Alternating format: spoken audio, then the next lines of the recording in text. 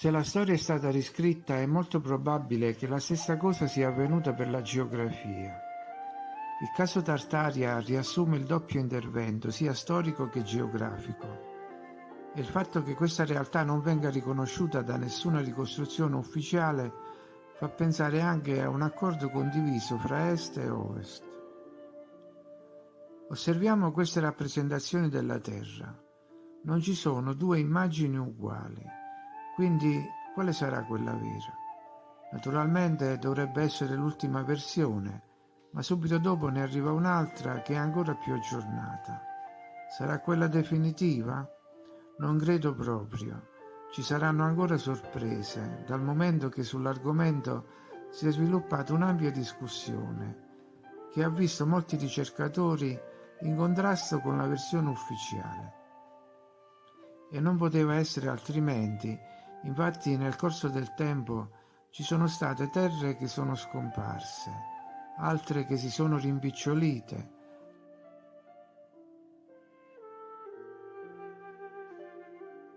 altre che si sono allungate e altre ancora che si sono distanziate.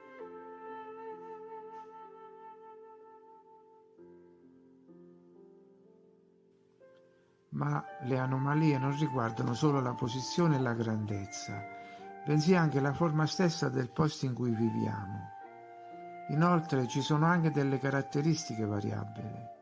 Per esempio, Napoli e New York sono sullo stesso parallelo, ma a New York il clima non è certamente come quello di Napoli.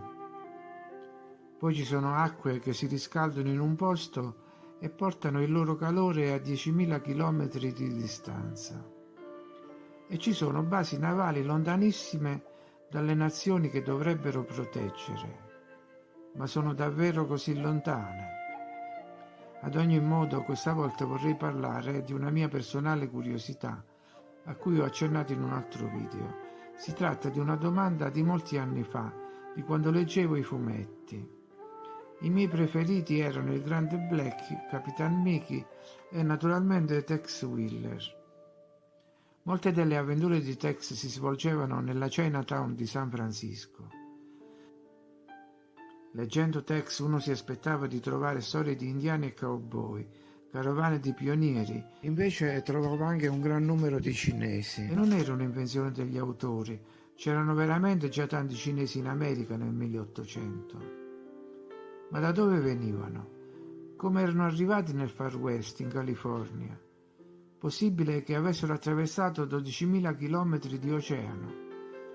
Oggi negli Stati Uniti ci sono 4 milioni di cinesi, 100.000 nella sola Chinatown di San Francisco. Ma ne abbiamo anche 1,5 milioni in Canada e centinaia di migliaia anche in Sud America. Molti sono naturalmente immigrati moderni, giunti con gli aerei, ma moltissimi sono i discendenti di antichi immigrati. E questi ultimi come erano arrivati in America? Secondo le cronache del West, già agli inizi del 1800 i cinesi si aggiravano per la prateria, commerciando con gli indiani e aprendo locali di lavanderia nelle cittadine in espansione. Venivano da Hong Kong o da Guangdong e se qualcuno gli chiedeva come fossero arrivati fino in America rispondevano a piedi. La gente sorrideva e non chiedeva altro. I cinesi, si sa, sono di poche parole. E si dice anche che avessero già scoperto l'America nel 1471. Certamente non erano arrivati su barconi o zattere. Sappiamo cosa succede ad attraversare i 300 chilometri da Tripoli a Lampedusa. Figuriamoci i 12.000 chilometri di oceano. Non vi erano navi transpacifico, né avrebbero potuto permettersi alcun biglietto poiché sfuggivano a carestie epocali.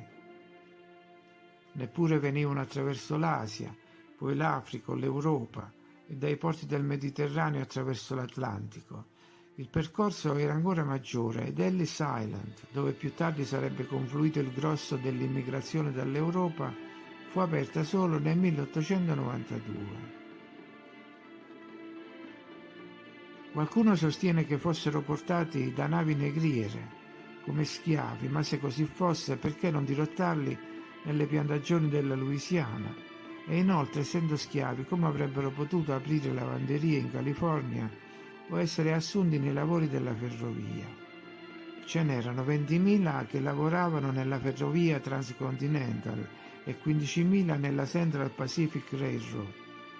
Se a questi operai aggiungiamo le famiglie, arriviamo a numeri abbastanza elevati per quel periodo, senza contare quelli che lavoravano nei lanifici, nell'industria delle scarpe, dei sigari e nelle lavanderie, come già detto. Erano talmente tanti in America che si parlò di pericolo giallo, Yellow Peril, e nel 1882 venne varato il Chinese Exclusion Act, una legge che li escludeva dalla vita pubblica, e questo in America, la patria della libertà. Ma non solo dei cinesi si tratta, c'erano anche i giapponesi. Nel periodo 1941-44 sulla costa occidentale degli Stati Uniti c'erano, secondo censimenti fatti in periodo di guerra, circa 300.000 giapponesi, di cui 120.000 vennero messi nei campi di concentramento dopo l'attacco di Pearl Harbor e 15.000 dovettero lasciare gli Stati Uniti, ed erano tutti cittadini americani. E ritorniamo alla domanda: da dove erano arrivati gli antenati di questi giapponesi un secolo prima? Anche loro, come i cinesi, dalla Russia, poi attraverso lo stretto di Bering, poi in Alaska, quindi in Canada e infine in America? Ma quanto è lungo il tragitto a piedi? Più o meno come quello per mare, ma la sostanza non cambia, si tratta di distanze enormi e pericolose. Quindi la conclusione è che se viaggiavano a piedi i chilometri da percorrere erano di meno e quindi le distanze sulle carte che conosciamo non collimano con le distanze reali al suolo.